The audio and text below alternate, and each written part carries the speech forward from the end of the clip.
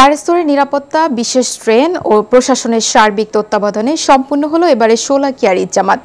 ঈদের নামাজ আদায়ে বিপুল সংখ্যক মুসল্লিরা সমাগম হয়েছে কিশোরগঞ্জের ঐতিহাসিক শোলাকিয়া ঈদগাহ ময়দানে।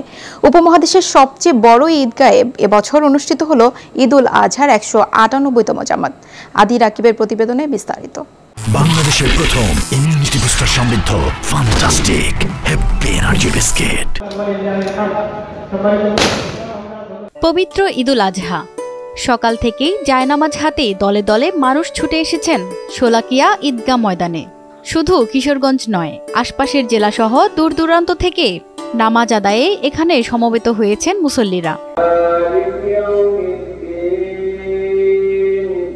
রেওয়াজ অনুযায়ী শর্টগানের ফাঁকা গুলি ছোড়ার পরপরই ঠিক সকাল ৯টায় শুরু হয় এই ময়দানের ১৯৮তম ঈদের জামাত।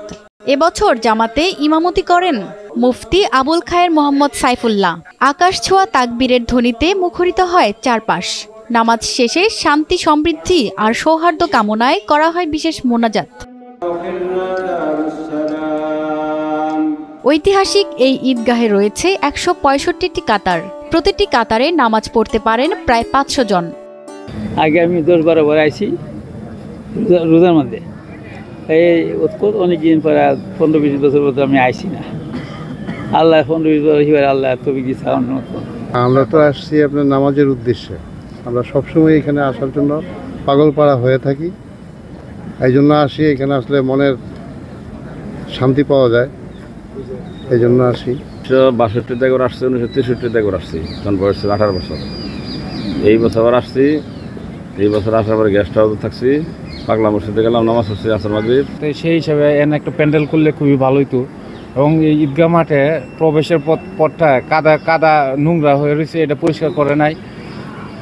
মানে দায়িত্বশীল লোক দায়িত্ব নিয়োগ করা হয়েছে ঠিকই, কিন্তু ওনারা সচেতনভাবে দায়িত্ব পালন করে নাই। আরো সচেতন হয়ে দায়িত্ব পালন করলে ভালো হইতো। বাংলাদেশের প্রথম ইমিউনিটি বুস্টার সমৃদ্ধ ফ্যান্টাস্টিক হ্যাপি এনার্জি বিস্কিট। এবারও জামাতকে ঘিরে নেওয়া হয়েছিল কঠোর ব্যবস্থা। মাঠ ঘিরে ছিল ৪ স্তরের নিরাপত্তা। মোতায়েন ছিল র্যাব, পুলিশ ও ২ প্লাটুন বিজিবি। ব্যবহার করা হয় drone, CCTV, archway, watch tower ও বাইনোকুলার। আজকে আমরা ঈদুল আজহার নামাজ আদায়ের জন্য এখানে সমবেত হয়েছি। আমরা এখানে ঈদগাহ ময়দান এবং আশপাশ এলাকা, পুরো এলাকার নিরাপত্তার চাদরে ঢেকে দিয়েছি।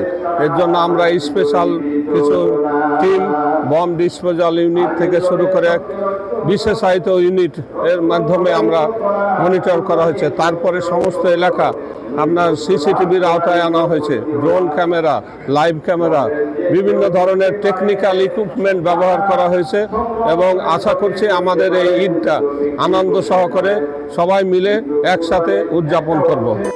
মাঠের বাইরে ছিল শোলাকিয়া ঈদ স্পেশাল নামে কিশোরগঞ্জ ভৈরব ও কিশোরগঞ্জ ময়মনসিংহ রুটের ২টি বিশেষ ট্রেন।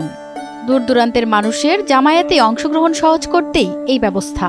সকলের জন্য বাসপে পানির ব্যবস্থা আছে, অজু করার ব্যবস্থা আছে। এছাড়াও যেটি মূল কনসার্ন থাকে আইন শৃঙ্খলা পরিস্থিতি নিয়ন্ত্রণ, আমাদের ৪ স্তর বিশিষ্ট নিরাপত্তা ব্যবস্থা গ্রহণ করা হয়েছে।